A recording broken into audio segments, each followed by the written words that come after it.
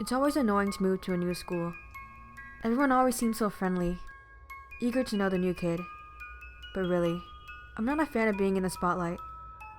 I'm more comfortable working behind the scenes and avoiding attention. On my first day, I decided to have lunch on the rooftop.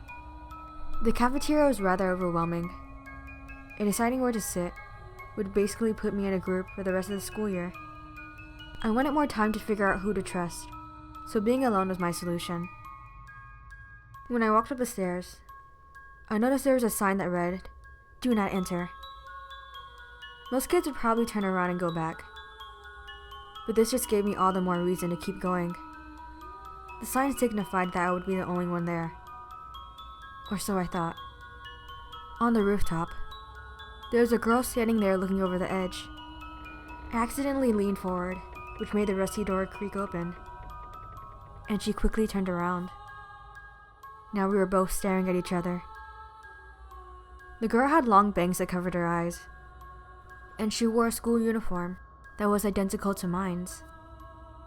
Maybe it was because I was new, but I'd never seen her before.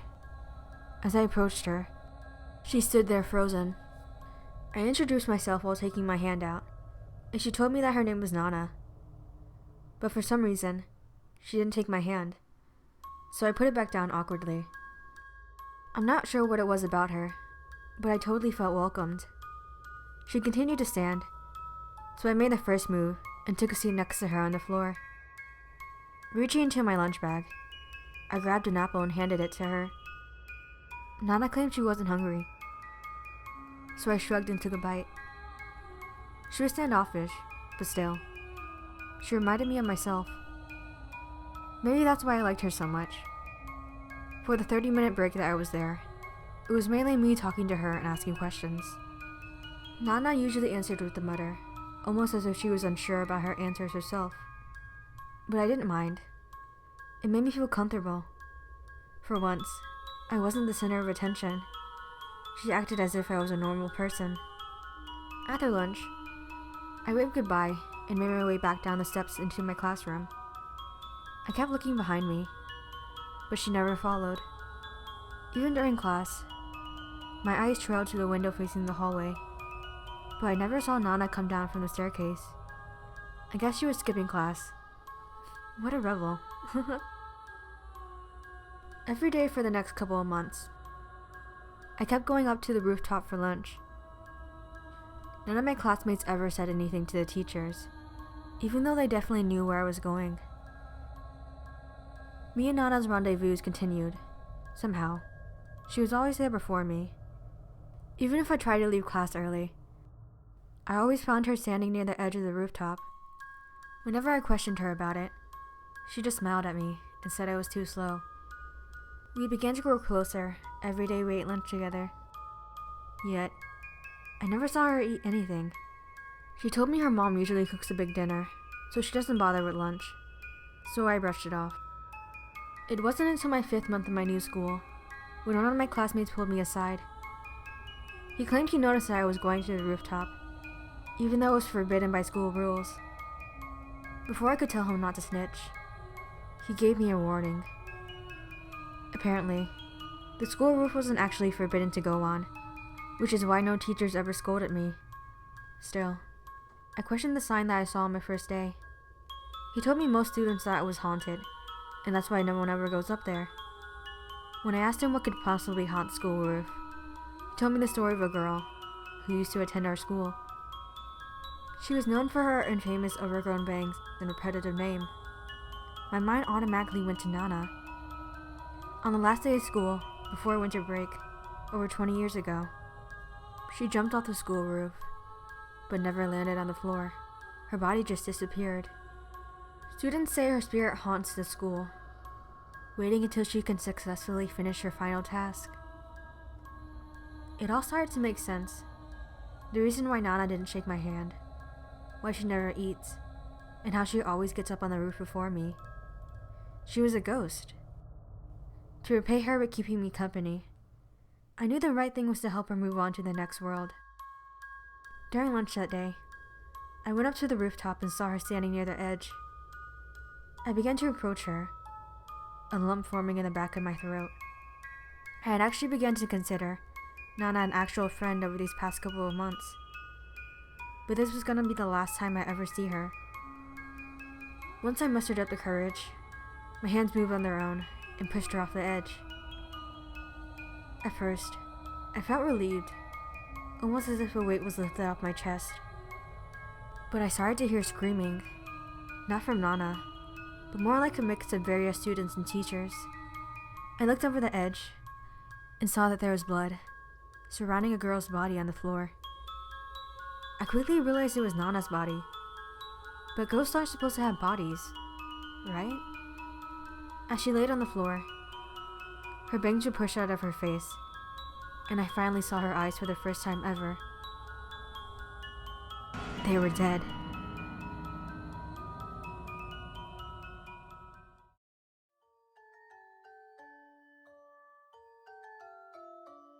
Recently, I've been pretty short on cash.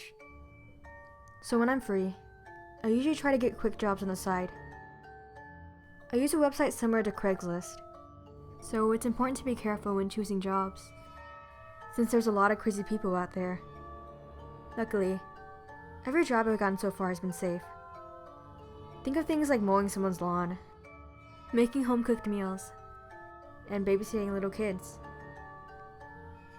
But today I came across an unusual ad. The name on it read, Charlotte Leon, and the subject read, looking for a playmate. Of course, I found it really interesting. Getting paid to play with little kids were the easiest jobs. So I clicked on it and read the details. Hello to whoever comes across this ad. I'm requesting someone to play dolls with my daughter. Although I have some special requirements. Must be a pretty woman. Please dress up your nicest, but I can provide you a change of clothes. Although I questioned the criteria, I decided to reply to the ad, and we set up a date for me to come over. She lived on the other side of town, but I didn't mind, because she was paying me a lot. On the day of, I tried my best to dress somewhat nicer than usual. The drive was almost an hour long, but the money kept me motivated. Once I got there, I was impressed by the size of the house. It was a dark mansion, and I noticed there were no cars in the driveway. I usually consider that a red flag. But still, I went up to the door and rang the doorbell. A woman quickly answered, and I assumed she was Charlotte Leon. After I introduced myself, she let me inside. She seemed really satisfied with my appearance, and kept rambling on about how I was a perfect fit for who her daughter was envisioning. Then, she led me to a room on the second floor. And when she opened the door, I was shocked by the amount of dolls on the shelves. She told me I could take a seat at the tea table, and I asked her when I would meet her daughter. So Charlotte told me she would go get her, and left the room. To be honest, sitting in a room filled to the brim with lifeless dolls was really starting to creep me out. But I had already driven an hour here, and I really needed the money, so I waited patiently for Charlotte to come back. After 10 minutes, the door slowly creaked open, and I stared anxiously to see what her daughter looked like. But what I saw horrified me instead.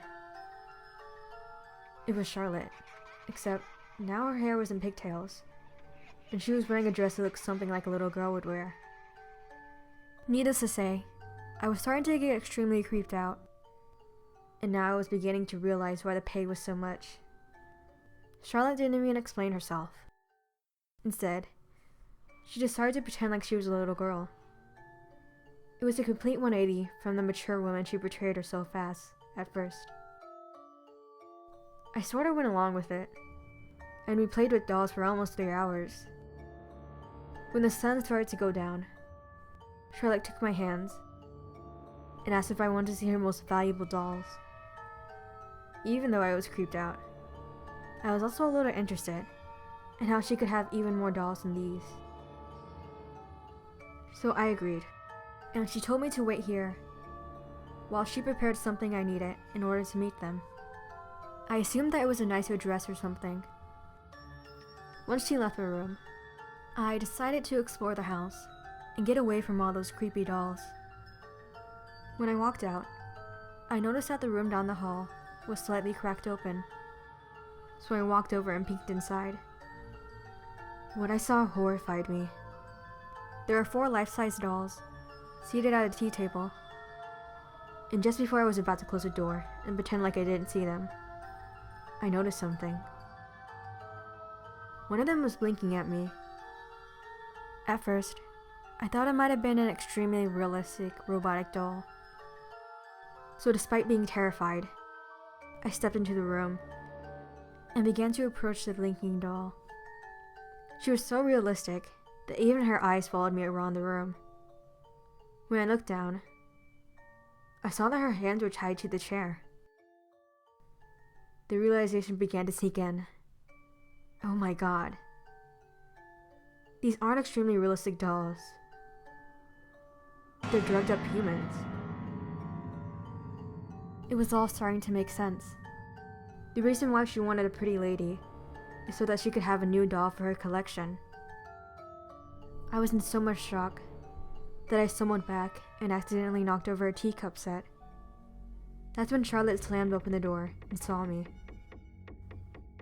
I screamed when I saw the gigantic needle in her hand, and I knew that if she caught me, I would end up like one of those dolls. She charged at me, so I grabbed one of the teacups and threw it at her face. While she was recovering from the pain, I pushed her out the way and ran down the stairs towards the front door. As I kept running, I could hear sounds in the walls, but I had no idea what they were. That's when the gigantic picture frame next to the door opened to reveal Charlotte reaching out for me.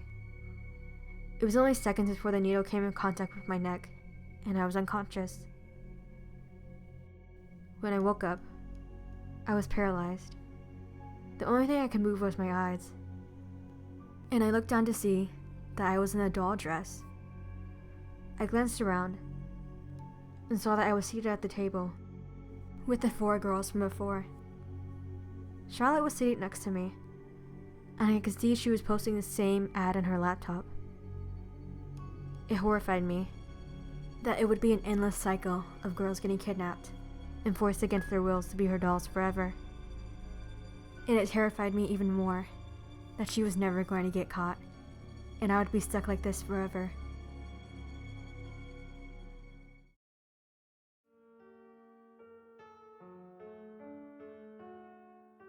Currently, I live by myself in a house I inherited after my grandfather passed away. It isn't huge, but it definitely feels like home to me. One of the only things that bothered me was how old the building was, so it wasn't unusual to have problems with electricity or plumbing. It started on a normal rainy night. I was laying on my bed and playing on my phone when I felt a strange sort of dripping on my face. After I wiped my cheek, I noticed it was some sort of clear liquid. When I looked up, I saw that the vent directly on top of my bed was leaking water.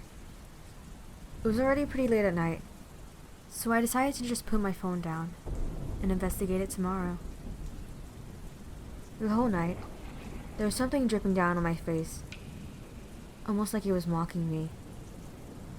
But it's just an old house, I reassured myself. The next morning, I called over my boyfriend to check it out. He unscrewed the vent and used a flashlight to look inside. But in the end, he still found nothing. Even after investigating for hours, he still wasn't sure what the problem was. We tried to rationalize it by saying it was probably because of the rain yesterday. Even though we couldn't figure out the cause, he told me to call him if it happened again.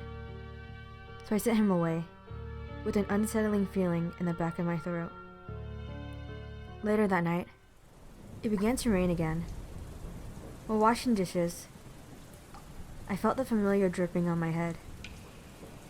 But this time, it was coming from the vent inside the kitchen. Knowing there was something wrong with multiple vents in my house started to worry me. I decided to grab a ladder from the garage to look into the vent, just in case. When I went into the garage, it smelled disgusting. Like something died in here a long time ago. That's when I realized where the smell was coming from. The fridge in the back. Normally, I use this fridge to store meat, since the one I had inside wasn't large enough. So I approached the fridge and swiftly opened it. All the meat in there had rotten. When I looked behind the fridge, I saw that the power cord had been unplugged. So the meat had just been sitting in the heat for a while. I had no choice other than to throw all the meat out. But I couldn't help but notice some of them had large chunks missing. Honestly, I couldn't remember whether or not I had cut these chunks off myself for dinner and just forgotten about it. So I assumed it was that. When I got back to the kitchen, a huge puddle had formed under the vent while I was gone. I got a bucket from the closet to gather the rest of the dripping, then jumped as a large lightning bolt struck extremely close. Without a second to spare, the power suddenly went out. Now the room was pitch black, and I was starting to get super scared. Grabbing a landline, I tried to dial my boyfriend. Then I remembered, the power's out. So I tried my cell phone, but it was out of battery. I couldn't charge it either, because none of the electricity was working. I sort of had a fear of driving during thunderstorms, so I went to my room and hid under the covers instead. I felt like a little kid again, hiding from an imaginary monster, even though it was just my house creeping me out. Then, it started again. The dripping from the vent directly above my bed. I peeked out my head a bit to see if I could find anything. What I saw horrified me instead. There were two eyes staring back at me from the little holes in between the vent. In that moment, I finally realized what the dripping was. It was the saliva coming from the monster's mouth, waiting to eat me. It began rattling the small barrier between us, almost like it was trying to break free. It must have had super strength or something, because it didn't take long at all for the vent to fall into my bed. I covered my mouth to keep from screaming, and a long, slimy body made its way out of the vent, crawling towards me. The last thing I saw was it reaching for me.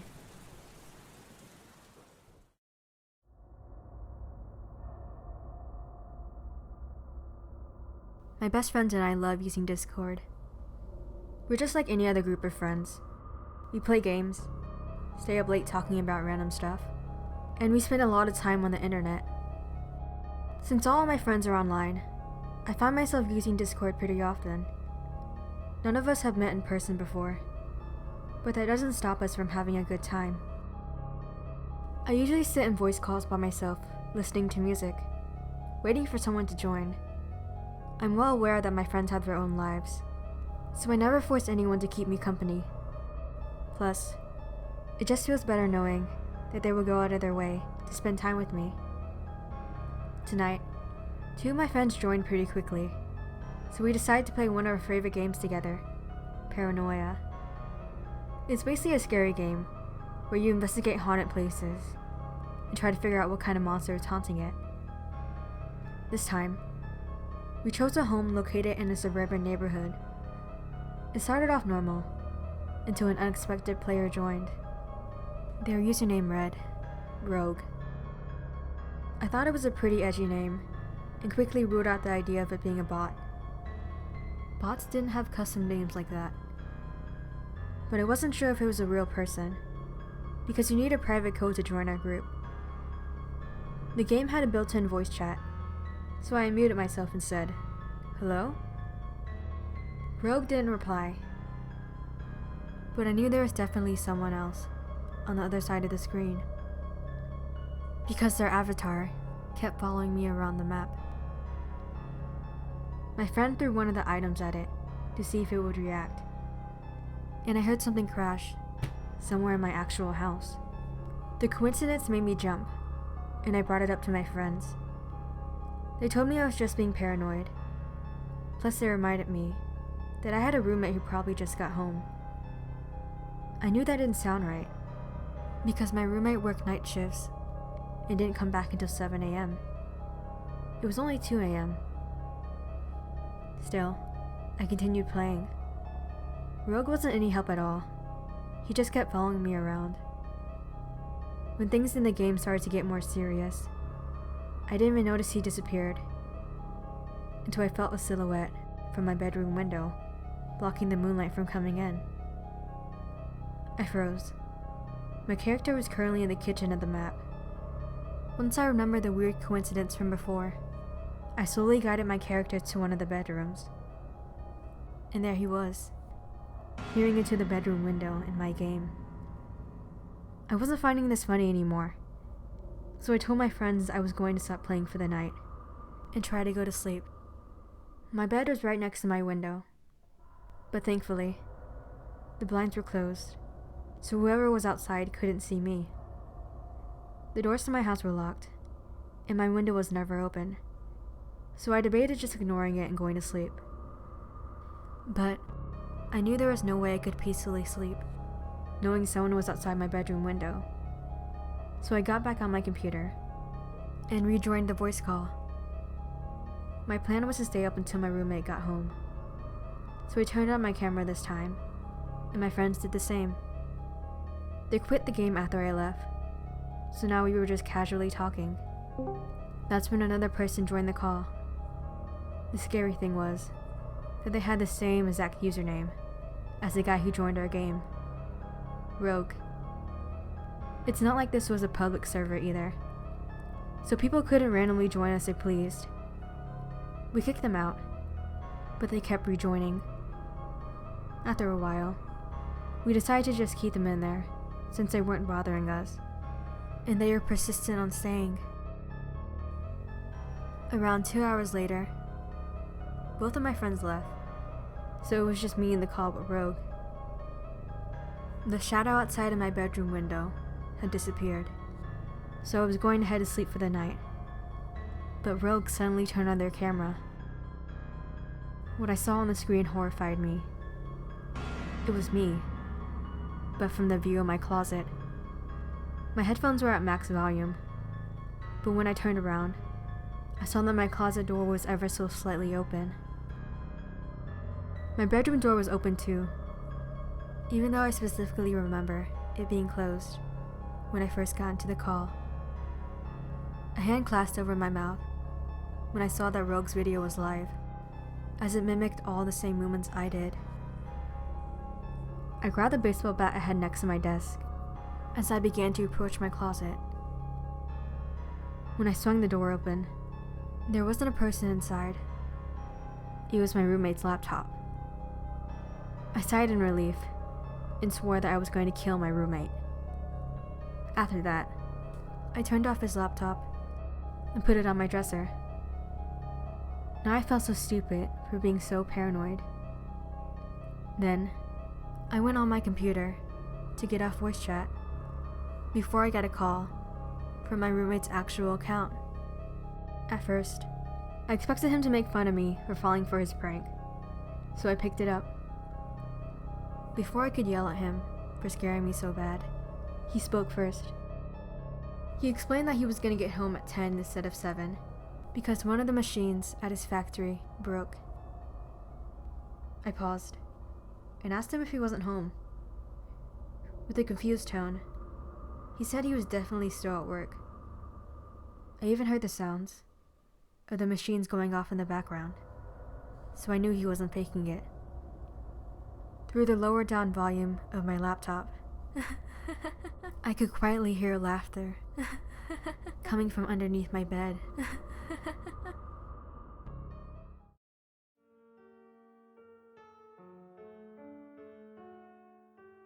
Every spring break, my father's side of the family plans a trip together.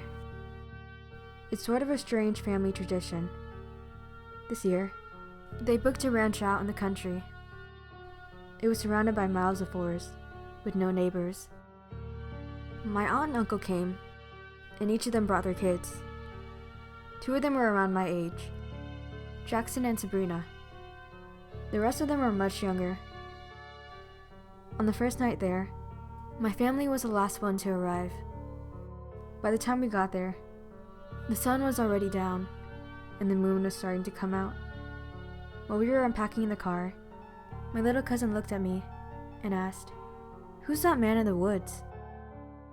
I felt a shiver go down my spine and stared at the woods after he said that, but didn't see anyone. So I brushed it off as him seeing things and reassured him that no one was in the woods. Despite him creeping me out, I was still ecstatic to see the rest of my cousins. The first thing I noticed was how large the ranch was. It had 3 different entrances too, and none of the windows had any blinds. I usually hung out with Jackson and Sabrina the most, and we spent the first night sneaking into the woods when no one was looking. We used flashlights that we found in the house to light our way. I'm not sure what we were expecting to find, but in the distance, I could hear the sound of goats. I ran ahead of my cousins, and there was a small red barn in the distance, but I froze in place when I saw a figure inside of the barn. It was too dark for me to make out any facial features, but they were much taller than me. My cousin started calling for me, so I quickly ran the other way, back to the ranch. I told them about what I saw, including what our little cousin said when I first got here, but the 2 of them just laughed, telling me I'd watched too many scary movies. I tried my best to laugh along with them, but I still felt a sinking feeling in my stomach. When we got back, I saw that the adults were gathered around the back door. It had been broken before we got here, so they made sure to message the owner of the house so they wouldn't have to pay for it. I didn't think much of it, and decided to explore the house instead. The place that interested me the most was a large room with a big window facing out into the forest. It felt really eerie, and in the corner, there was a painting with a young boy and a baby goat. While looking at it, I could hear someone coming from behind me, but when I thought of the person from the forest, my body felt frozen again. I finally mustered up the courage to turn around and came face to face with my uncle. A sigh of relief left my lips. He told me not to touch the painting because it looked expensive. I simply nodded and watched as he left the room to go join the rest of the adults. Later on, Jackson and Sabrina left to go roast marshmallows with the rest of the family, but I refused to leave the house because of how freaked out I was over the guy in the barn. Everyone called me paranoid, but I felt better safe than sorry. So I was sitting on the couch in the room with the big window. After I laid down, I somehow ended up falling asleep. When I woke up, the house was pitch black, but I could hear a slight tapping coming from the window. It wasn't loud enough to make me freak out, but it was loud enough to make me slowly open my eyes. The first thing I saw was a man standing outside the window with the goat head on. I quickly realized the tapping was him using a bloody butcher knife to knock on the window. Out of fear, I screamed as loud as I could, wishing anyone would hear me. Then I realized I was the only one inside the house, and that the rest of my family were out somewhere in the woods roasting marshmallows. At least the doors are locked, I thought to myself as he reached for the doorknob. Thankfully, the front door didn't budge, and he disappeared from my sight. The sound of a door slowly creaking open filled the house, and I remembered something had broken the back door before we got here. As soon as I realized he could come inside, I got up and ran out the front door into the opposite side of the forest. In the distance, I could see smoke coming from the woods. I quickly put two and two together and knew it must have been my family out there making s'mores. So I ran in that direction and didn't look back, in fear that I would see the guy with the goat head following me. When I approached the fire, it smelled more like meat than chocolate. That's when I realized what the smoke was actually coming from. Instead of seeing the sight of my family roasting s'mores, I saw various body parts spread out on sticks around the fire.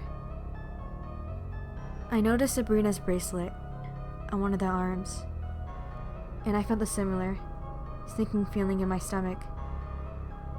While I was distracted, I felt a huge hand on my shoulder. The last thing I saw was the man's desperate eyes through his goat mask.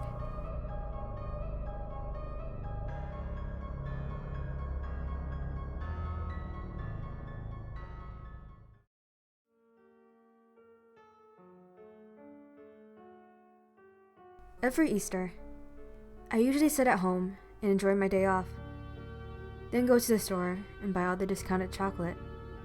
But this year, my friend, Nathan, invited me to his family's annual Easter party. He just needed a +1, and he mentioned that there would be an all-you-can-eat buffet, so I was automatically sold. We drove down a forest for a long time, and I noticed that there are no houses for miles. He explained to me that his family spreads eggs all throughout the woods, and that the kids usually don't finish until nighttime. I found the idea pretty strange, because who takes Easter to that extent? When we approached the home, all the kids were outside, surrounding someone in a bunny costume. Despite the rest of the family members dressed in fancy clothing, the bunny costume looked kinda low quality. Before I could get a closer look at the bunny, Nathan led me inside to say hello to his extended family. Even from the first glance, I could tell that this wasn't an ordinary family. They had some sort of strange aura to them. They asked me normal questions at first, like where I went to school and if I had a job. Then, the questions started to get more strange. Like, what's your biggest fear? Or, do you believe in God? The questions were red flags, but I thought they seemed more noisy than dangerous. After a couple of awkward conversations, it was time to start the Easter egg hunt. Everyone gathered around outside, as Nathan's grandfather stood between us and the forest. He let out a whistle, and all the kids charged towards the dark woods. Even though Nathan and I were much older than them, his family insisted we participated too, because of how many eggs were spread out. So I raced into the forest too, leaving him behind. Most of the eggs were hidden in obvious places, so my bag filled up pretty quickly. I was in the middle of clearing an area, before I heard leaves crunching. I paused and stood still, then began hearing whistling, coming from deeper in the woods. Through the unsettling silence, I realized a little further down the path was a cave. I thought this would have been a really good place to hide eggs, so I walked inside to explore. The cave was dark and twisted unnaturally, so I used my phone flashlight to brighten up the path. Instead of finding Easter eggs, I came across something that chilled me to my core. It was a creepy Easter egg bunny from before. As soon as we made eye contact, I sprinted out of there. I've never run that fast in my life. After feeling like he was off my tail, I sat down and caught my breath behind a tree. Before I knew what was happening, the bunny's head popped out from the other side. I really thought I was about to get murdered in those woods. Instead, it put an egg into my hand and uttered 2 words. Open it. I was reluctant and unsure of what the bunny was getting out of this. Sick pleasure? I opened it slowly and watched as a still wet, human eyeball fell out and into my hand. This time, I couldn't hold in my scream. The man in the costume slowly lifted up his mask, revealing his equally horrified face. That's when I realized he wasn't the bad guy here. The bunny pointed north and told me to run as far as possible until I came across the road again. After that, I just needed to keep following it until I made it out of the forest. I turned around to see where he was pointing, and when I looked back, he was gone. Without missing a beat, I ran off towards the road in fear of what would happen if I stayed. By the time it got dark outside, I just barely made it back onto the path. My phone wasn't getting any service, so it was impossible to call anyone. However, I spotted a light shining down a dark path. It was a car driving down the road. So I ran out into the street and waved my arms frantically. Surprisingly, the car stopped and let me inside. I thanked the driver, but she was silent. She asked me where I wanted to go, and I told her I was fine, as long as I got out of this forest. At first she kinda laughed, and joked about how creepy the woods were.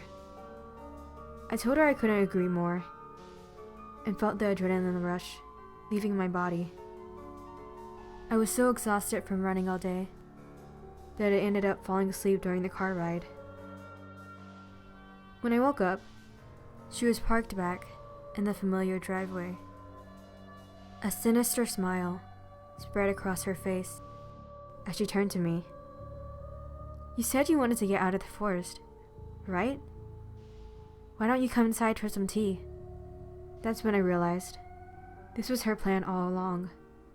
She was part of this sick and demented family. Even though I struggled, she yanked me by my hair and led me back to the front yard, where everyone started off. The kids' faces were stained with red, but I could tell they were still hungry for something more. Once I saw the empty bunny costume on the floor, I knew there was no escape.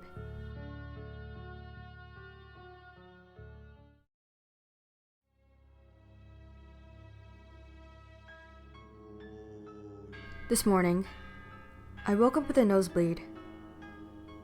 While I was watching the dried up blood off my face, the memories from last night's dream started to come flooding back. I'd never dreamt of anything like it, which is probably why it stayed on my mind. The first thing I remember was being in a blank room with a red door. For some reason, I approached the doorknob, then hesitantly twisted it. On the other side, there was a woman tied to a chair. She had a terrified look on her face, and in the distance, there was a man approaching her. Even from the beginning, I could tell something was off. As his figure became more clear, I saw that he wore a fancy outfit that felt familiar, but I couldn't think on it too much, because in his hands was a chainsaw. Once I realized what was happening, I tried to reach out and save her, but I was too late. The moment her decapitated head hit the floor, my body jolted me awake.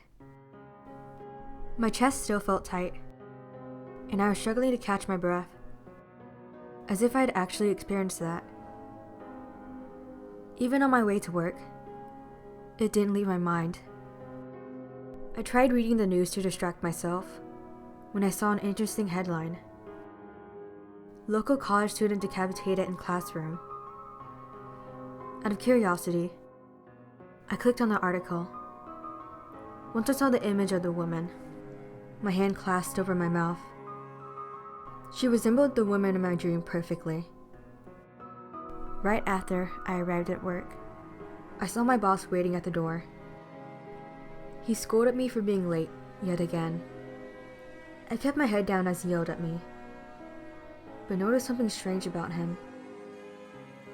He was wearing the exact same outfit as the man in my dream.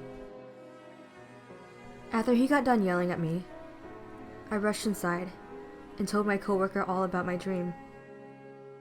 We tended to tell each other everything, but I could tell he was doubting my weird prophetic vision.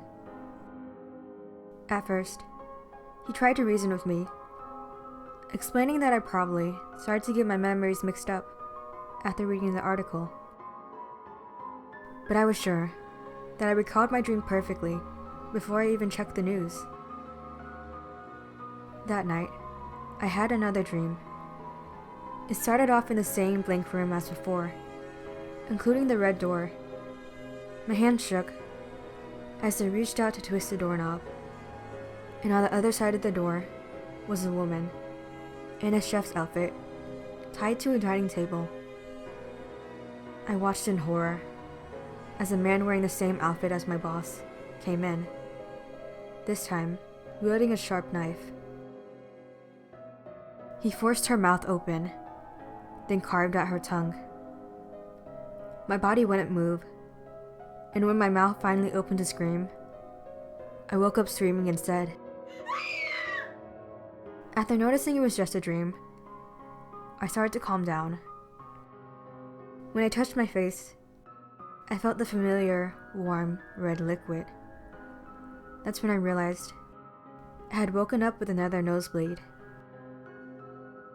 On the way to work, I kept an eye on the news. Yet, I didn't see anything similar to my dream. On one hand, I was relieved that no one had to suffer that fate. On another hand, I knew that this confirmed that I wasn't some sort of psychic. That day, my boss was absent. I found it suspicious and told my coworker all about my new dream. He still didn't seem to believe me, but agreed that something was definitely suspicious about our boss. Our boss was known for his bad temper and tended to be really secretive, so I wouldn't be surprised if he had some sort of dark, twisted side. That night, I stayed up late to catch up on one of my favorite shows. Somehow, I ended up falling asleep, and when I woke up, the news channel was on. Up-and-coming chef found murdered in their own restaurant, along with her tongue missing. A hand clasped over my mouth, and I knew something strange was going on. These couldn't just be coincidences, but I knew if I went to the police station and accused my boss of being a murderer simply because of my dreams, I would become a laughingstock. So, I decided to gather more evidence. My dreams didn't stop becoming true, and I always woke up with nosebleeds, without fail. Although, there seemed to be some sort of strange correlation with the victims and the way their bodies were left. There was a dental assistant who had her teeth pulled out, then an optometrist whose eyes were gouged out, and even a famous artist whose hands were cut off. I kept my coworker updated on all of my visions, and he slowly began to believe me. Then one day, I didn't have a dream. It was the first time in weeks that I woke up without a nosebleed. When I got to work, my coworker was eagerly awaiting for my newest vision. I didn't want to disappoint him, so I just made one up instead. My fake vision involved an office worker getting impaled with 3 deep holes, similarly to a notebook. But the conversation was cut short by our boss. He told me to stay late tonight in order to help organize documents, but I was horrified at the thought of being alone with him. So, my coworker offered to stay instead, which my boss hesitantly accepted. It didn't feel right leaving my coworker alone with my boss, knowing that he might be a murderer. So I hid in the supply closet after my shift ended to keep an eye on them. However, I was so exhausted that I ended up falling asleep. In my dream, I was finally back in the same white room. I eagerly raced towards the red door to see what the next murder would look like. This time, it was my coworker, cornered by my boss in his office. This vision was different, because I realized I might have the power to stop this from happening.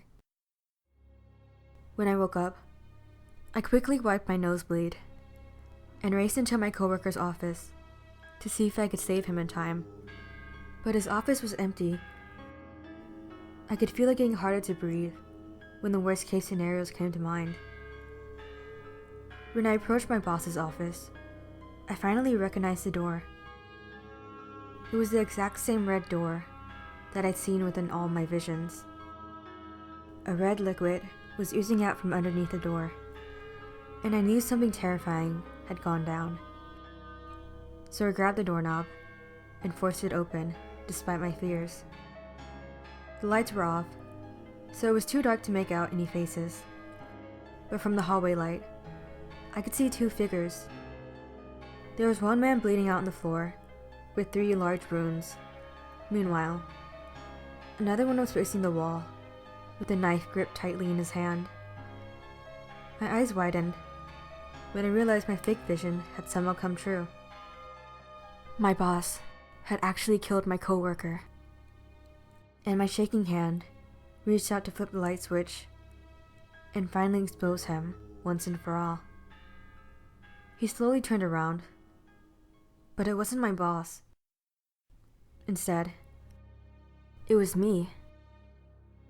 When I finally came to, I was holding a knife in my hand, and blood was splattered all over the room. On the floor were the dead bodies of my coworker and my boss. My nose began to bleed as I realized the truth. Those weren't my dreams. They were just me sleepwalking.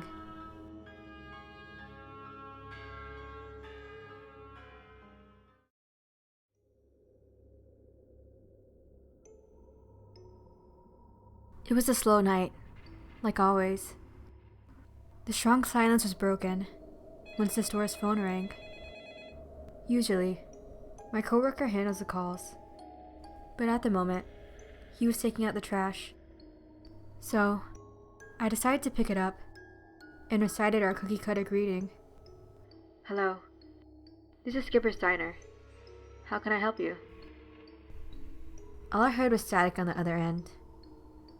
I was afraid the caller didn't hear me, so I repeated myself again, but louder. Finally, a voice on the other line spoke up and whispered 2 words that sent a shiver down my spine. I'm outside. Afterwards, they disconnected. I stared at the phone in disbelief, then back outside, to see if anyone was actually out there. I wasn't really sure what to make of the short interaction. Were all restaurant phone calls like this? Instead of letting it linger on my mind, I tried my best to forget about it. There was only an hour left on my shift until I could go home anyways. I waited silently behind the counter, playing on my phone to pass the time. The diner was filled with windows, so I couldn't help but feel like someone was watching me. Eventually, the sound of the automatic door opening filled the silence, and I put my phone down. Once I looked up, I met eyes with a rather skinny man. His cheekbones sunk in unnaturally. Even his eye bags were extremely dark, and he adorned a weird smile that seemed to never fade from his face. I bit my thumb nervously as I looked around for my coworker, but he was nowhere to be seen. He was always a bit of a slacker, so ditching work wasn't out of the question for him. After hesitating for a moment, I decided that I just had to suck it up and deal with this creepy guy myself. So I grabbed a menu and led him to a booth near the corner of the diner, hoping he would stop staring at me with those creepy eyes. But he interjected and claimed that he wanted to sit at the counter. Without any other words, he took a seat right in front of the spot I was at before. I had no choice but to oblige, since there were no other customers to fill the empty space. After he was situated, I took out my notepad and began to take his order. The man ordered off of the kids' menu, and ironically enough, it was a smiley face breakfast. Since I was apparently the only one on shift, I left him to the kitchen and began to prepare it. When I got back out, I laid out the dish in front of him and tried my best to avoid eye contact. Even though I could tell, he was staring right at me with each movement I made. At first, I took a seat in the opposite side of the counter, just to make sure he didn't do anything weird. I couldn't help but hear the scratching when he etched the knife into the porcelain plate. It sounded horrible, and when I glanced over to see what he was doing, we made direct eye contact. The strange aura in the room was too much for me to handle, but he suddenly spoke up and asked for a cup of juice. As soon as I had an excuse to leave, I went back into the kitchen and filled an empty glass with cranberry juice. Once I gave it to him, he thanked me, then said, Aren't you always parched after a good meal? I found his statement weird, because when I glanced over at his pancakes, he hadn't eaten anything. Although, there were clean cuts spread throughout it, almost like he was trying to dissect it. I had no intention of continuing this conversation, so I just reminded him that there were only 10 minutes until the diner closed, then rushed back into the kitchen to hide until he left. Those 10 minutes felt like 10 hours, but I finally heard the sound of the automatic door opening and closing. I slowly picked my head up from the kitchen and saw that the man was nowhere to be seen. A sigh of relief left my lips, and I went back into the dining area and made sure to lock the doors. When I went back to clean the man's plate, I noticed something odd. He didn't eat anything, yet smushed up the smiley face to the point where it was almost unrecognizable. I didn't think too much of it and just threw it into the garbage. After cleaning up his spot and washing his dish, I was pretty much ready to go home. Part of me was still annoyed that my coworker left me to close up by myself without saying anything, but I was also just glad that the night was over. My car was parked out back, so I got ready to leave through the back entrance, but noticed something out of the corner of my eye. The trash bags were still inside the diner. My coworker never even put them outside.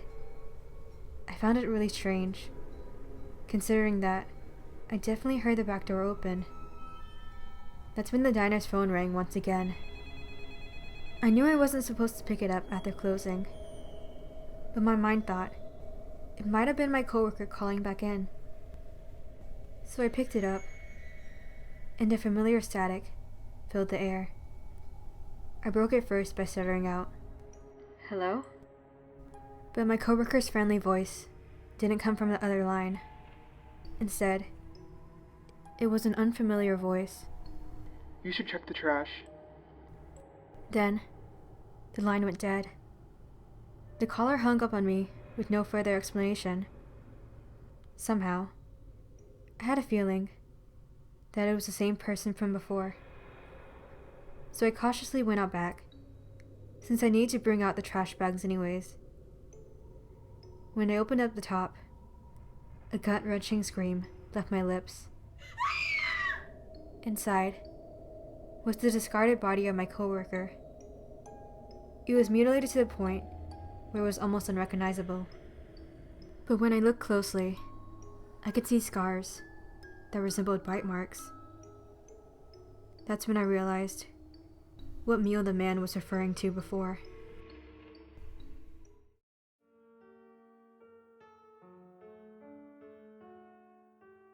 My friends and I had planned a camping trip in the woods. It was summer, so the heat waves made it unbearably hot. But there was a lake nearby that we planned to swim in and cool down anyways. While we were setting up the tents, there was an unsettling feeling in my stomach. that just wouldn't go away. I kept feeling like something was watching me. So I turned around and met eyes with a deer. But it wasn't a normal deer. Its eyes looked strangely human. I've always had a fear of being watched. To be more specific, I have a fear of eyes itself.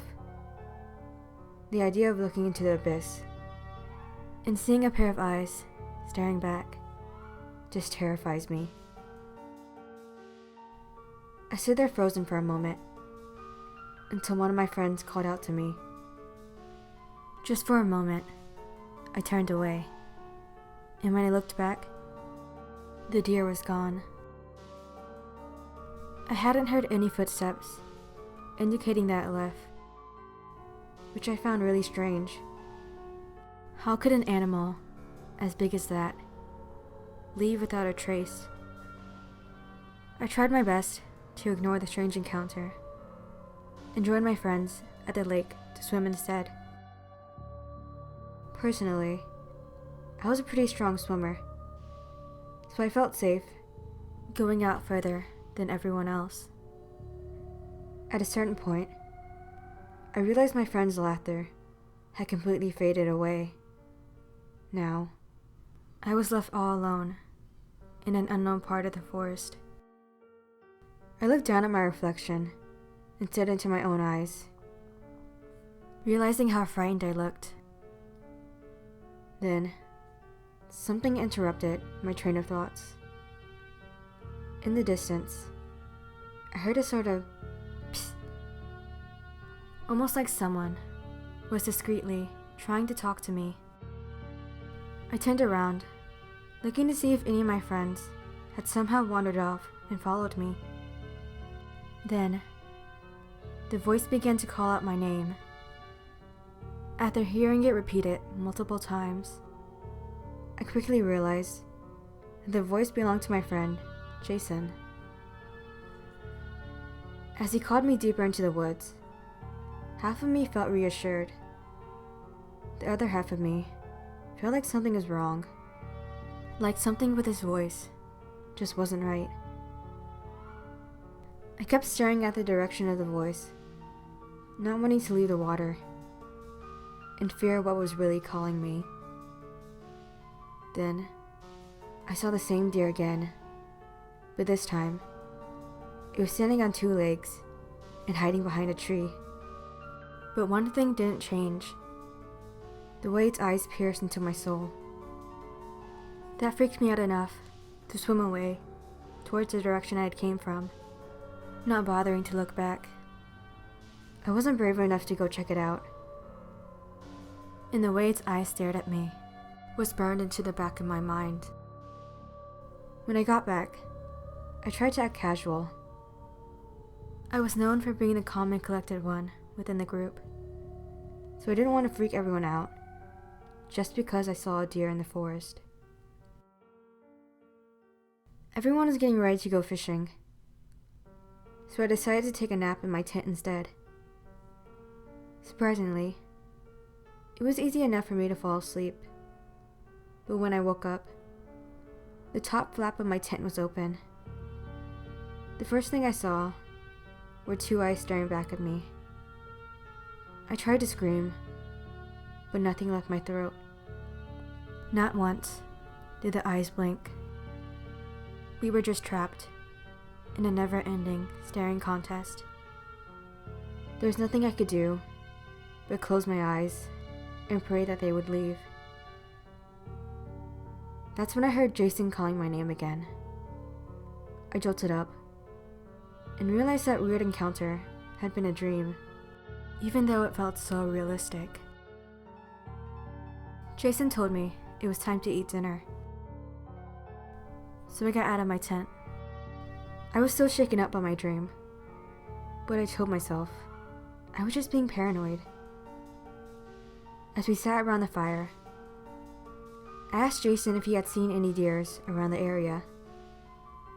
He looked confused and told me that this was an empty forest. No animals lived here other than the fish. A wave of paranoia washed over me. No matter how hard I tried, I couldn't help but keep glancing over my shoulder. Was I starting to see things? But the deer felt so realistic. I quickly ate, and then started to take a walk around the campsite. I wanted to be sure that I wasn't actually seeing things, but I was also scared of what was really out there. While walking, I started to hear footsteps that weren't mine.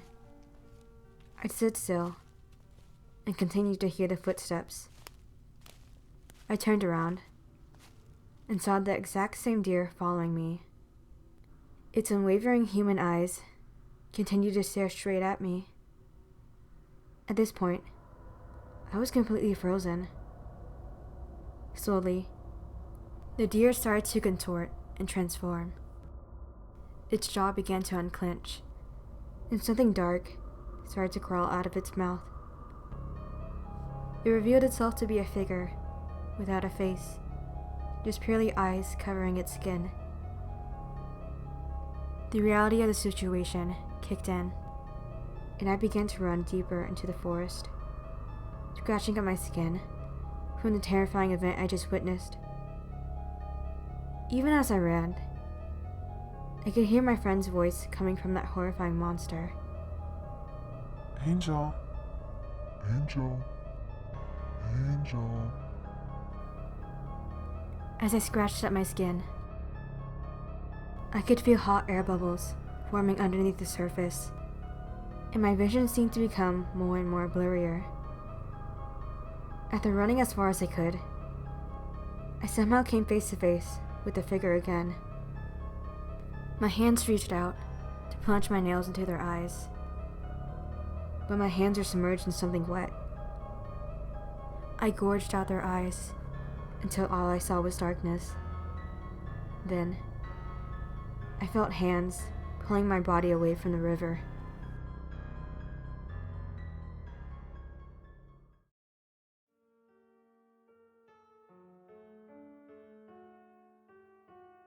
There's no way to describe her other than my angel. At my lowest point, she offered me a place to stay, even though I had no money. Due to certain circumstances, I was left homeless. When I told her it'd be impossible for me to pay for rent, she just looked back at me and smiled, telling me I'd return the favor someday. Although we'd been friends since we were kids, even I was shocked at her generosity. It felt like she wasn't just doing this out of the goodness of her heart, but I was so desperate that I just accepted it anyways. When I first moved in, I didn't know how she could afford such a nice place by herself. Whenever I asked her about her job, she would just smile at me and tell me she was a streamer. But whenever I searched up her name, no results ever appeared. There's no way she could have been making enough money purely off of streaming, so it made me wonder if she had any side gigs. We had grown up together, so I knew that her parents weren't rich. In fact, they had a family-owned restaurant with the best dinner in town. Also, Angel only streamed in the mornings, so for the rest of the day, we were pretty much inseparable. That's how I was certain that she wasn't doing any other jobs. For the most part, she was a great roommate. She brought me clothes, washed her own dishes, and even cooked all our meals. Her one rule was that I should never, ever enter the basement, under any circumstances. She insisted on streaming in the basement, and really wanted me to respect her privacy. At first, I felt as if she had given up her office space for my bedroom, and offered to sleep in the basement instead. That was the first time she seemed genuinely upset with me, insisting that I shouldn't think so low of myself. To be honest, it frightened me a bit. I always prowled for more answers from her, but she would never budge. However, I did notice little clues around the house. Every morning, after she finished streaming, all the kitchen utensils would be sparkling clean. and her apron would be ironed without a wrinkle on it. Angel was by no means a clean freak, and no other part of the house was as spotless as those specific items. So it led me to believe that she was a cooking streamer. When I brought this theory up to her facial expression twisted into a smile, almost like she was holding back an uncontrollable laugh. That's when she told me I was completely correct. But for some reason, it just didn't feel right to me. Then, she leaned across the table, lightly tapping my hand, and told me that she'd like to cash in that favor. I was super excited at the idea of finally being debt-free, so of course I agreed. She told me to come to dinner, wearing my favorite dress. I thought it was an odd request, but I really need to repay her for everything she'd done for me. So that night, I walked down the stairs in my favorite dress and found the dining room only lit up with candles. I approached the table, and there were already 2 plates set up for each of us on opposite ends of the table. I really questioned how this would be doing her a favor. Shouldn't I have been the one to make dinner at least? I thought, taking a sip of the wine. I sat down in my chair and waited for Angel to come in. Once I heard heels clicking on the floor, for some reason, my heart felt like it was about to stop. When we made eye contact, she was smiling. Then, it slowly turned into an uncontrollable laughter. That's when I realized there was a camera behind her, recording everything I'd been doing. Before I had any time to think about it, my head hit the table. When I woke up, I instinctively knew I was in the basement. Although my hands were bound, they started shaking from fear. A headache crept up my neck, and my horror slowly turned into despair as I realized she was streaming this entire thing. I'd been a fool this entire time. Not once did I think to ask her what she streamed on. I was searching up on the wrong website. Angel didn't use a stereotypical streaming website, nor was she cooking normal dishes. She was cooking people for the dark web.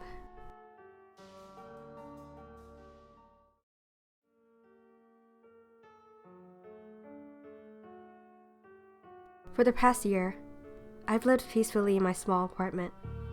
Granted, it wasn't on the best side of town, nor was it the biggest place, but I was satisfied. On the 21st of every month, I would pay directly to my landlord, Dorothy. She was a rather grumpy old lady, but had a soft spot for her grandchildren. Every time I spoke to her, she always ended up bragging about how smart and wonderful her grandchildren were. When I knocked on her door, Dorothy wasn't there to greet me like usual. Instead, it was a guy who seemed around my age. He introduced himself as one of her grandchildren and accepted the payment for her. As he spoke, I tried to get a glimpse into the house to see if Dorothy was home. Once he noticed this, he quickly blocked the doorway with his body. I knew that seemed like I was snooping, but I couldn't help but question where she was. So I decided to ask him directly, and he explained that she was on vacation overseas for a little while. I nodded, even if I didn't believe him. Dorothy hated the idea of leaving her house, so why would she suddenly go on a vacation? After I left, I thought a little bit more about the situation, but eventually left it alone. A couple of days later, I noticed that my bedroom's window screen was so loose, to the point of it almost falling out. As I ran my fingers over it, I started to wonder how this happened. The screen was perfectly fine a few days ago, and the weather was so peaceful that the wind couldn't have possibly knocked it out of place. As I looked out the window, I saw a person standing on the street below. We made direct eye contact, and I realized it was the landlord's grandson. After that, I quickly closed the blinds and turned away. His weird expression stayed on my mind, and I didn't even want to think about how long he was watching my window. A few days later, he came by to fix the window screen. I asked him if he had any ideas on how it broke, and he paused, then looked directly at me and said, It looks like someone threw a rock at your window. He said it, almost as if it was a fact, with a strange smile on his face. Before he left, he asked if he could use the restroom. Reluctantly, I agreed, since I didn't have any reason to say no. Afterwards, he left, and later that night, I noticed that my laptop was missing. After looking everywhere and confirming that it was gone, I knew who the culprit had to be: the landlord's grandson. He was the only other person at my house that day. Instead of confronting him, I decided to sneak into the landlord's house to try and find it. I knew he would never admit to taking it. Plus, the landlord used to always let me come over, so I knew the layout well. That night, I went in through an open window. I noticed that the screen is broken, the same way mine was, which made me even more suspicious. Just as I was about to head into the living room to search for my laptop, something made me pause in my tracks. There was a horrible smell coming from the room down the hall that I just couldn't ignore. Slowly, my feet began to approach the room, and my hand reached out to the doorknob. Once the door was open, the stench was so unbearable that I had to pinch my nose to keep from barfing. My eyes trailed around the room, looking for the source of the smell. Finally, I realized what it was. On the floor was my landlord's corpse, covered by maggots. At first, I was in a state of shock, but then I ran out of the house and dialed the police. Her grandson was arrested, and it turned out that he wasn't even her relative. Some random man had broken into her house and murdered her, then decided to pose as her grandson for money.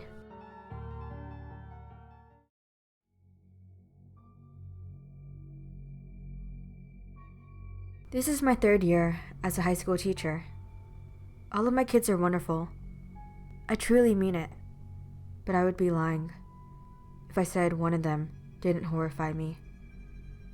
I teach a creative writing class, and I get all kinds of bizarre stories. Whether it's sweet romances or thrilling mysteries, I enjoy reading all of them. However, nothing compared to the writings of Casper Harrow. My first impression of him was that he was a quiet kid without many friends. But when reading his stories, I was weirdly impressed that the mind of a 10th grader was capable of these thoughts. Everything he wrote was so detailed. I could feel myself at the scene, covered in blood, and the horrifying feeling that I'd done something beyond repair would never disappear, even while I lay awake at night. As I was driving to work one morning, I decided to turn on the radio. The host said something that made my ears perk up. They were basically reading Casper's latest story, down to the weapon and the setting. Everything was the exact same. However, Casper's villain was described as a man with bulging eyes and an unsettling smile. The killer on the news was never actually found. As the school year continued, I started to notice some more and more similarities between his stories and the brutal murders around town. It was difficult to avoid them. Almost all news stations and radio shows would broadcast updates 24/7. But what I found the most strange was how Casper wrote all of his stories before any of this news was actually public. There's no way it was just a coincidence. It made me horrified to go to class and see Casper.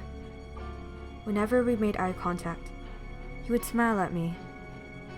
Yet, I couldn't help but feel guilty as I brushed past him. Actually, guilty isn't a good word to describe this. In reality, I was afraid of him. One day, I stayed after school to catch up on a couple of things. It was around 9 p.m. when I checked the clock, so I decided to get up and leave before it got even darker. I have to admit, walking through the school halls is a lot more intimidating without the students chatting away. But what makes it even worse is when you're alone and hear one singular voice giggling. I sped up my pace, knowing it was way too late for any actual kids to still be at school. The voice had to be in my imagination. As I walked, I noticed one room still had its lights on. Out of curiosity, I peeked into the door's window. In the dim lighting stood Casper, all alone, covered in red liquid. He turned around, and we made direct eye contact. Without thinking, I began to run away, not wanting to see what he had been doing. I alerted the security guard of what I saw and watched as he went in to check it out. I must have only waited 10 minutes until the guard came back out with Casper, still covered in blood. But I looked down, and in his hands was a bottle of red paint. Apparently, he stayed after school to finish his art project. I apologized profusely for wasting both of their times, then drove home, still paranoid of Casper and his stories. Later on, I overheard two teachers talking about a body found near the school on the night that we both stayed after. Casper even wrote about it for his next assignment, although I was sure that the school kept it under wraps to not scare any of the parents. Eventually, parent-teacher conferences came around. It was very interesting to see how the attitudes of parents affected their children. Yet, Casper's parents weren't what I expected at all. He had a single father, with big eyes and an unsettling smile. Despite this being our first time meeting, he seemed so familiar to me. As the meeting went on, I put two and two together and realized he resembled the man in Casper's stories exactly. It was all starting to realistically make sense. Casper only knew these stories because his father had to be the culprit. I looked back up at Mr. Harrow, and he smiled at me. I quickly finished up the conference, then anonymously reported my tip to the police. Within a few days, his father was arrested due to all the evidence backed up against him. I could finally face Casper, knowing I'd won, but still, my hands couldn't help but tremble every time I passed by him. Knowing that he knew all my secrets horrified me, but it was also thrilling to wait for his newest story.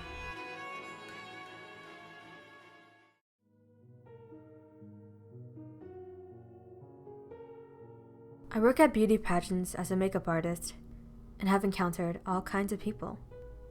The girls who participated in these events are so fascinating. Some of them were exactly what you expect, but others were so much more complex, which is exactly how I describe Lilith. The moment she stepped through the door, she captivated the attention of everyone in the room. I'd never seen anyone as beautiful as her in my life, but I couldn't help but notice the whispers and rumors from the other contestants. Anyone who interacted with her could tell you how Lilith was rather strange. Her limbs moved unnaturally, almost like she was a puppet being held up by strings. Plus, she always had a judgmental stare whenever anyone passed her. Or maybe it was more like she was observing them. One day, a group of girls thought it'd be funny to pour a bucket of water onto Lilith. It wasn't the first time I'd seen bullying at these pageants, mostly out of jealousy. They laughed at her as she ran to the restroom, covering her face. My heart clenched as I looked around and realized no one was going after her, so I went to the restroom myself. Even though she was a bit strange, it was such a waste to ruin a piece of art like that. As I opened the door, the lights flickered ominously, and I quickly found Lilith standing in front of one of the mirrors, but I couldn't hear any sounds of her crying. I began to approach her and caught a glance of her face in the mirror.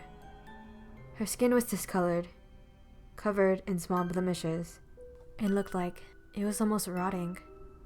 Huge black shadows were formed around her eyes, and they looked like they were hollow. Her once perfect peach lips were now a dark purple. But what was most horrifying was the expression on her face. She was completely motionless. Although Lilith looked nothing like herself, there was still something so chillingly beautiful about her. She turned around and saw me, then quickly covered up her face again. There was a tense feeling in the air, so I quickly got some makeup out of my bag.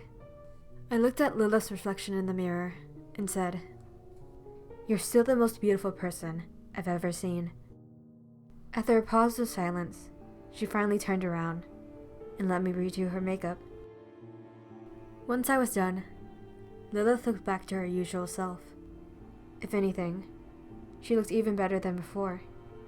When she saw her reflection in the mirror, I finally saw her expression change into a smile. But it wasn't a happy one. Something about it felt sinister.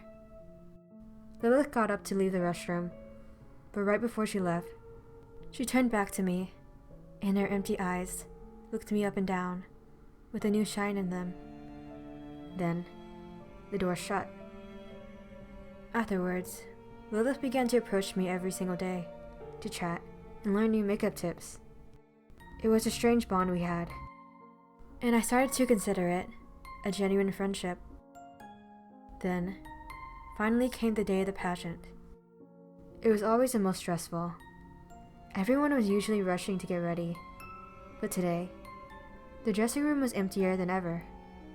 The only person present was Lilith. She sat perfectly still in her chair, adorning her bare face, waiting for me to do her makeup. I thought it was strange, since she usually always had makeup on, even before getting here, but I was still more than happy to assist. Lilith looked at me through the mirror and said, "Am I still the most beautiful person to you?" I looked at her and nodded. Her lips spread into a sinister smile, but I simply ignored it. The audience that night was definitely one of the bigger ones I've ever seen. Thankfully, I managed to get a seat in the middle and had a perfect view of the stage. Finally, the lights dimmed, and the sound of heels clicking on the stage echoed across the auditorium, and a singular person stepped on stage. The spotlight revealed it to be Lilith. This time, she wore her bare face. Lots of gasps were heard in the audience, but it didn't seem to bother her at all. Lilith took the mic and announced that this was dedicated to her favorite makeup artist. I could tell she was staring straight at me. Then, she pulled the curtains back. On stage, all the girls were dressed in their beautiful gowns. Yet, they were perfectly still. The girls resembled puppets on strings, exactly the way Lilith stood. It didn't take long for everyone to realize they were all dead. As everyone ran around screaming and trying to figure out what was going on, I sat still in my seat, admiring the beauty of it all. I've never seen art as heavenly as this.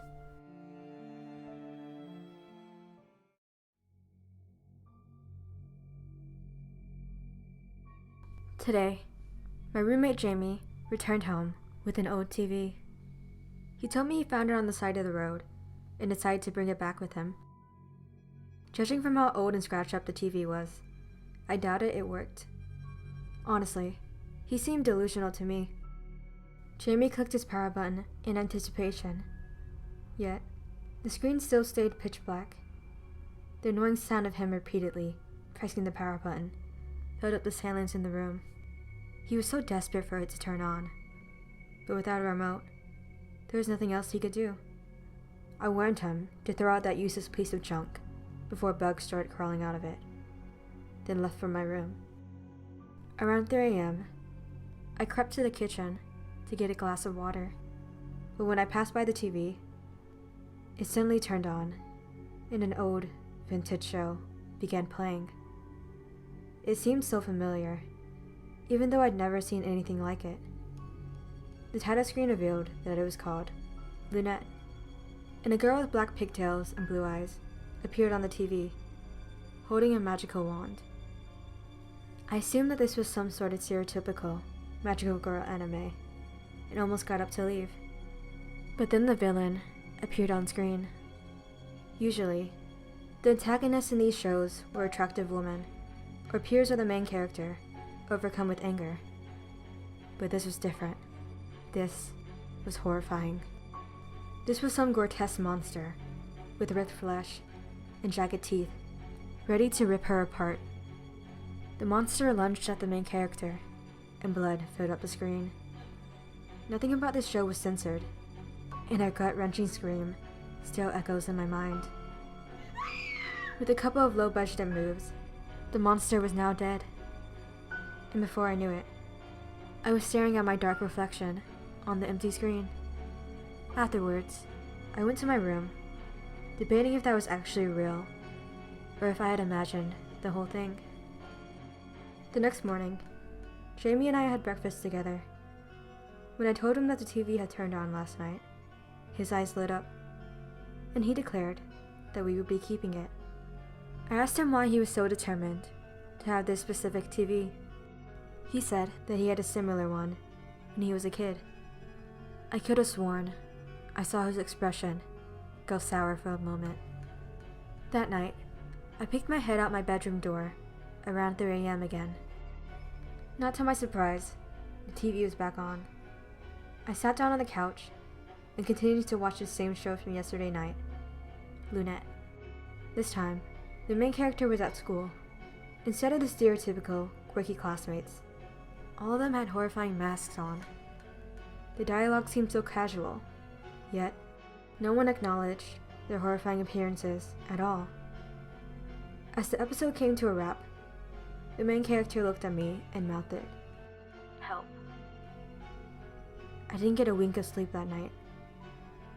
Around 3 a.m. the next night, another episode began to play. This time, a character who looked eerily similar to my roommate appeared as a best friend to the main character. He stopped coming home after that episode came out. As the show went on, the scenes became more and more horrifying. The character fought off monsters beyond comprehension, and the scars never seemed to disappear completely. Sometimes, the main character would look directly at me through the TV, and it looked like she was on the verge of screaming. Then, one night, I sat down to watch it again. However, Lunette wasn't playing like usual. This time, it was a news channel. "Attention viewers, we apologize for the recent broadcast.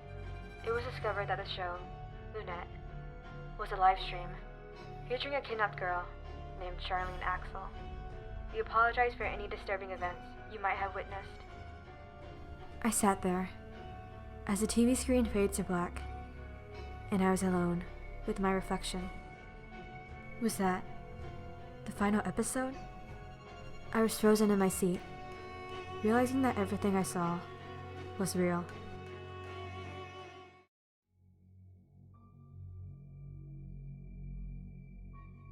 On one autumn day, my cousins and I were playing hide and seek in the forest. There were almost no limits on how far we could go, since we all knew the area well.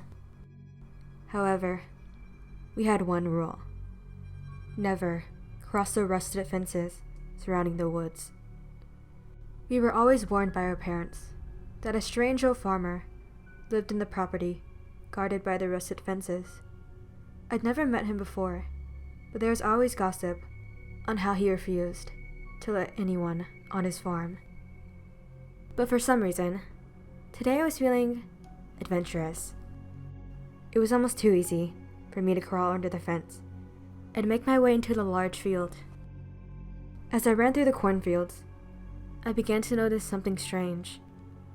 There were multiple scarecrows placed throughout the area, but they all had jack-o'-lanterns placed on top of their lifeless heads. Also, they were each carved with different and unique designs. I was running as fast as I could to the barn when I heard some sort of creaking coming from the farmhouse. On the porch was a man sitting in a rocking chair. I stopped in my tracks. Everything about him seemed like a stereotypical farmer. The overalls, muddy boots, and calm demeanor. Except, he wore a pumpkin head.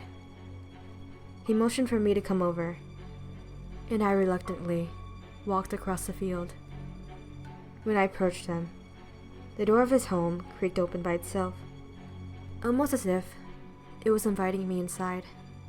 So I walked in and noticed that the dining table was filled with delicious food, tempting me to sit down and eat. But the centerpiece was an eerie pumpkin head with a sharp knife next to it. I stumbled back in fear and bumped right into the farmer. For the first time, I heard a voice echo from its hollow head. A pile of sticks and pumpkin is not a thing to be afraid of. It needs a soul. I felt as if I was going to throw up as I stumbled past him and rushed out of the house. Thinking of what it wanted me to do sent a chill down my spine, especially looking back on it once I was home safely. When I made it back home, all of my cousins were waiting for me outside of my house, except for my brother. They told me that he was still out there looking for me, and I began to panic when I realized he could encounter that thing lurking on the farm. The moon had begun to rise, yet my brother still wasn't back yet. Everyone was beginning to worry, but no one was searching for him. So I snuck out and made my way back to the terrifying farmhouse beyond the rusted fences. It was so silent, except for the slight creaking coming from the rocking chair. Right in front of the rusted fences was one of my brother's shoes, so I knew he had to be here. Once again, I found the farmer sitting on his rocking chair.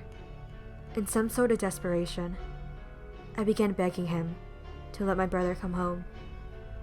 The farmer stood up, and a terrifying voice echoed from its hollow pumpkin head. Child, what's the rush? Aren't you hungry? As if on cue, the old door began to creak open once again. Reluctantly, I walked inside with my guard up. This time, all the food from before had rotted, and a terrible smell filled the air.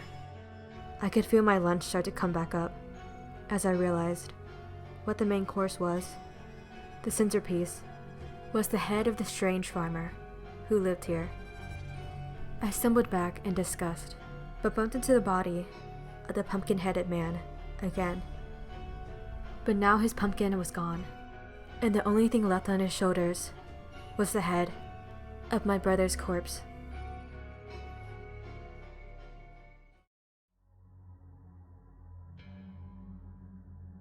I work as a maid for the wealthiest family in town. The father is the breadwinner, head of the household, and a strict businessman. The mother is a perfect trophy wife. She adores her family, yet values her beauty and reputation above everything else. The son is the president of the student council. He's the heir of the family, and definitely feels the pressure of it. Meanwhile, the daughter is the golden child and pride of the household. She's a star student on her way to an Ivy League college. The only time she has ever rebelled against her parents was to get her ears pierced. On the outside, this house is seemingly perfect, but there are multiple cracks beginning to form in the foundation. The father comes home late often, mysterious stains on his shirt, with a stench of cigarettes. Although, he doesn't smoke. His wife doesn't ask him where he's been, just if it's been taken care of. Lately, the son has been acting out of place as well. He's constantly fighting with his sister, who looks like she never has any interest in what daily insults he shouts at her. The workers have begun to gossip that it looks like she will surpass him and succeed in the family business.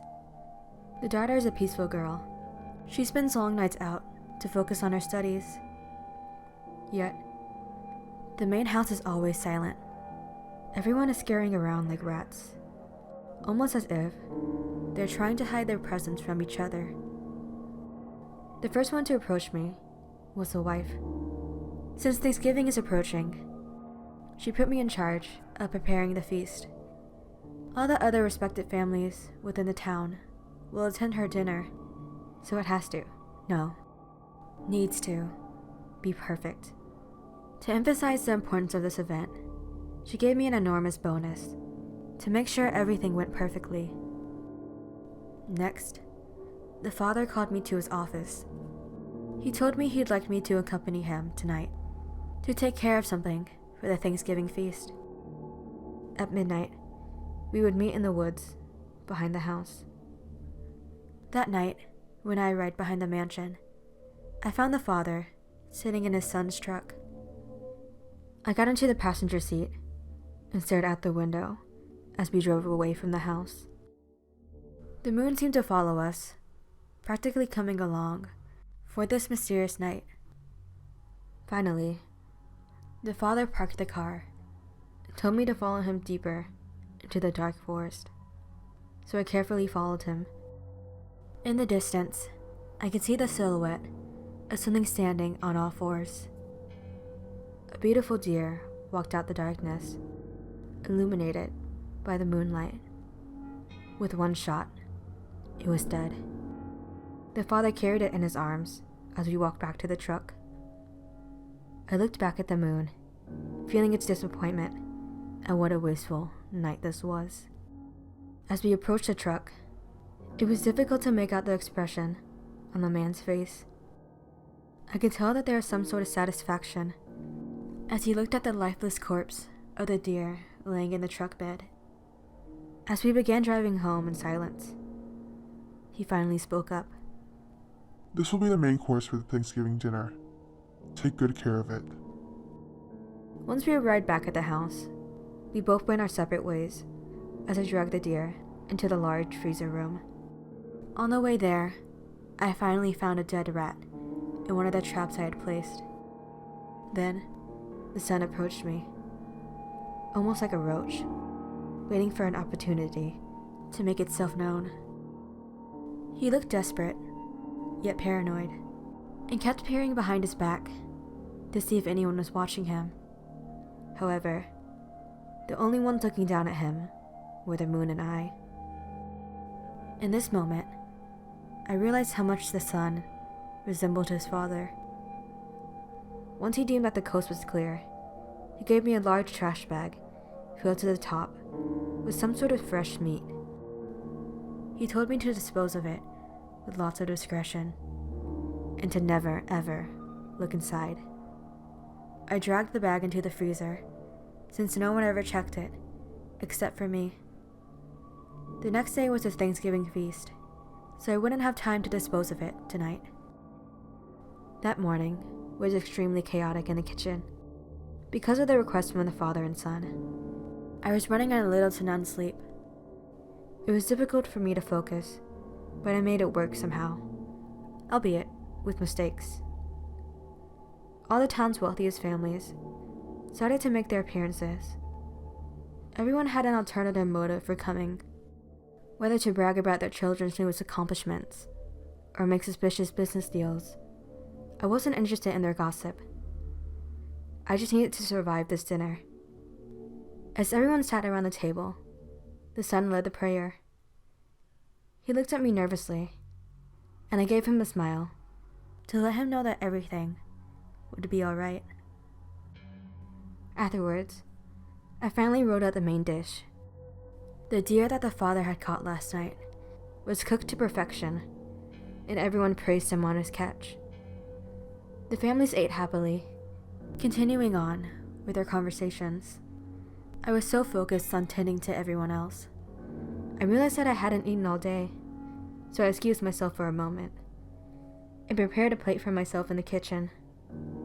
As I cut some of the leftover deer meat, the knife was suddenly stopped by something hard within the cooked flesh.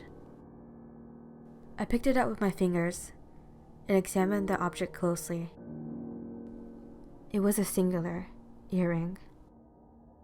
I found it strange, since I was the only one with pierced ears. I took a quick glance into the freezer. When I saw that the deer was still hanging on one of the hooks, at that moment, I rushed back into the dining room to see if anyone had noticed, but it was too late. A singular scream echoed throughout the dining room as his son spit out an eyeball, identical to his own. Everyone began yelling in horror and throwing up. The son and I looked at each other as he had realized what I had done. Next to him was the empty seat of our rat of a father.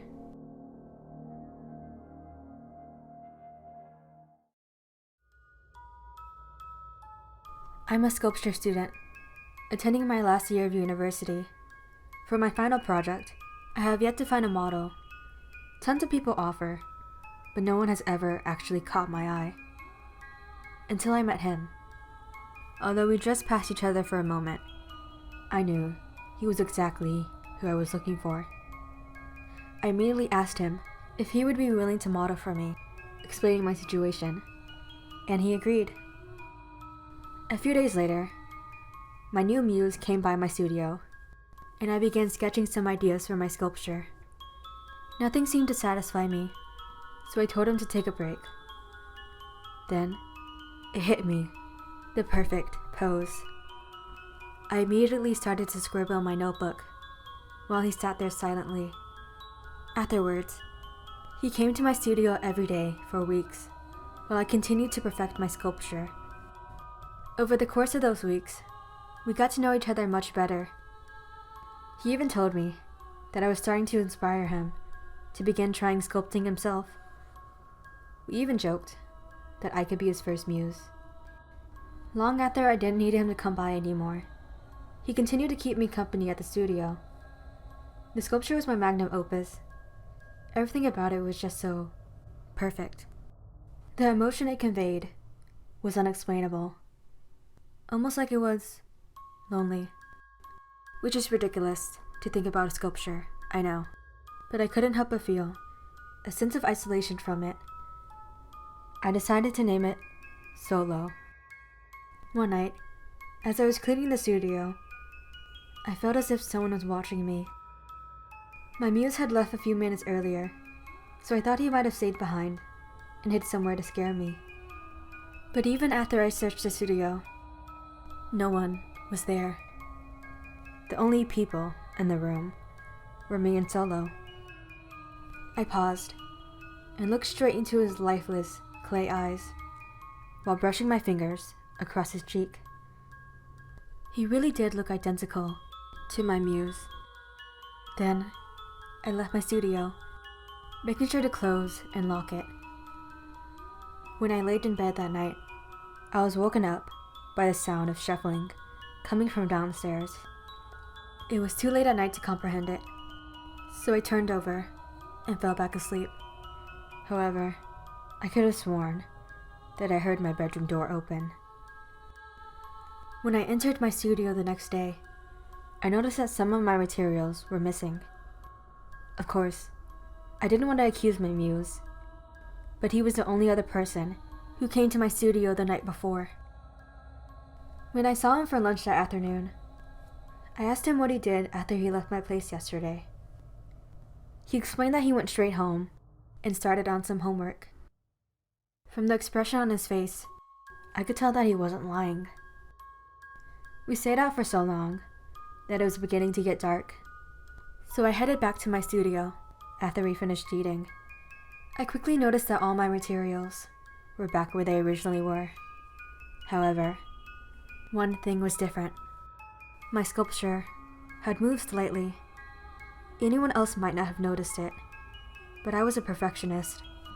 It was only 2 inches, with a residue of dust leading somewhere else. I found it strange, since none of my other art pieces had ever left any sort of dust like this. Then I realized that it was leading out of the studio. So I followed it all the way to the basement door. I noticed that it was opened slightly. I live alone, but I rarely go into the basement, since quite frankly, it gives me the creeps. The fact that there was a trail of white dust leading down there meant that someone else was here. The thought of someone you don't know being in your house is terrifying. I slowly crept down the stairs, feeling my hand tremble as I leaned on the railing for balance. When I saw what was awaiting for me in the basement, I almost screamed. The basement was filled with sculptures identical to me. Most of them, I was doing mundane tasks, like sketching in my notebook or cleaning my house. But there was one that creeped me out the most. I was peacefully asleep in my bed. There were no flaws in any of them, yet I knew for certain I definitely did not make these. I would have surely remembered sculpting them. So I got a baseball bat and began smashing all of them. At first, it was horrifying. The thought of not having control over my hands as I went insane. But then, it almost became euphoric to watch the beautiful works of art shatter into pieces. That's when I heard the basement door creak open. I stopped in my tracks. Covered from head to toe in ashes are the broken statues clouding the air. It was Solo. His once lifeless clay eyes were now alive. I knew I wasn't crazy. I knew there was no way I could have created all these sculptures. It was him making me believe that I was insane. I lifted my bat and began crushing Solo. Blood splattered all over the walls and stained my clothes a dark red. In the end, it looked like its own work of art. The next day, my muse came by and looked shocked to see that my sculpture was gone. He said it was a shame to see such a beautiful piece of art go to waste, but I couldn't tell if he was being genuine or not. I still needed something to turn into my professor, so I began making another one. However, this time, I began using myself as my model. I took inspiration from the bloodbath in the basement, and it turned out even better than my original project. When I showcased it for our art gallery, many people gathered around my sculpture. Lots of them thought it was grotesque and horrifying, but to me, it was my truest form. My professor seemed to agree, and I passed the final. The person who spent the longest time looking at it was my muse. He seemed to be captivated by the piece. In order to celebrate the semester ending, my muse and I cooked a fancy dinner to treat ourselves. While carrying a glass of sparkling water, I accidentally dropped it.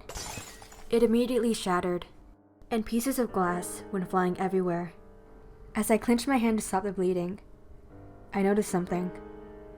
No blood came out of my muse.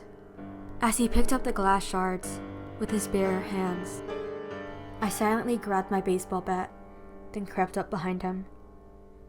With one final swing, I shattered him completely. As he faded away into dust, I realized something. This was not my original muse.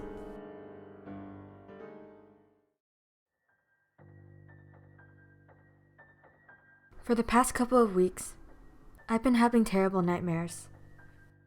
So my father suggested getting fresh air out on my uncle's farm for winter break. My uncle was a nice old man who adored Christmas, so he had no problem hosting, especially considering he lived alone with his 7-year-old daughter, Noelle. They enjoyed my company. I was already 15, but despite the 8-year age gap, it wasn't difficult for me to get along with my younger cousin. She believed in Santa wholeheartedly, and I couldn't help but smile at how cute she was. But there was one thing off about her. She would disappear for long periods of time to play with her imaginary friends. Of course, she hated the term imaginary because to her, they were most definitely real. The topic first came up when I saw the numerous drawings pinned up on the fridge. Intertwined between photos of Noelle and her father were crayon-drawn characters. All of them were colorful, but something about them was just unsettling. The first one was known as Carol, because she loved to sing Christmas carols all the time. There were always little misdrawn music notes surrounding her head. Apparently, her dream was to perform in the North Pole, or so I'm told by Noelle. The second friend was named Silly. He was an elf who liked to giggle a lot and crack tons of jokes. In all the drawings, Noelle always made sure his smile was extremely wide. The third friend was the Snow Prince. Noelle described him as a sleepy fellow who didn't like to be put out on adventures. He refused to ever open his eyes, so she drew his sockets to be pitch black.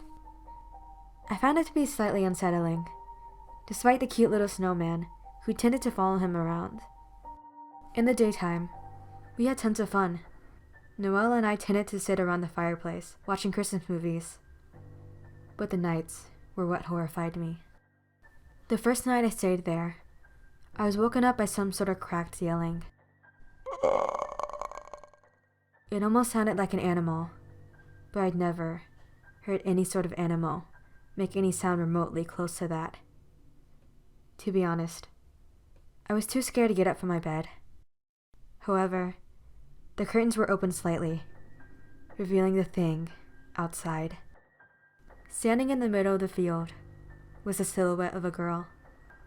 I slowly crept up to get a closer look, and noticed that she had choppy hair and wore dirty rags as her clothes. The girl's mouth was open wide, almost like she was crying out for help. But instead of a normal high-pitched scream, it was hoarse and terrifying. That's when I noticed the large scar running across her neck. She looked up at my window, and I hid my head under my pillow in fear, trying to muffle the sounds of her voice.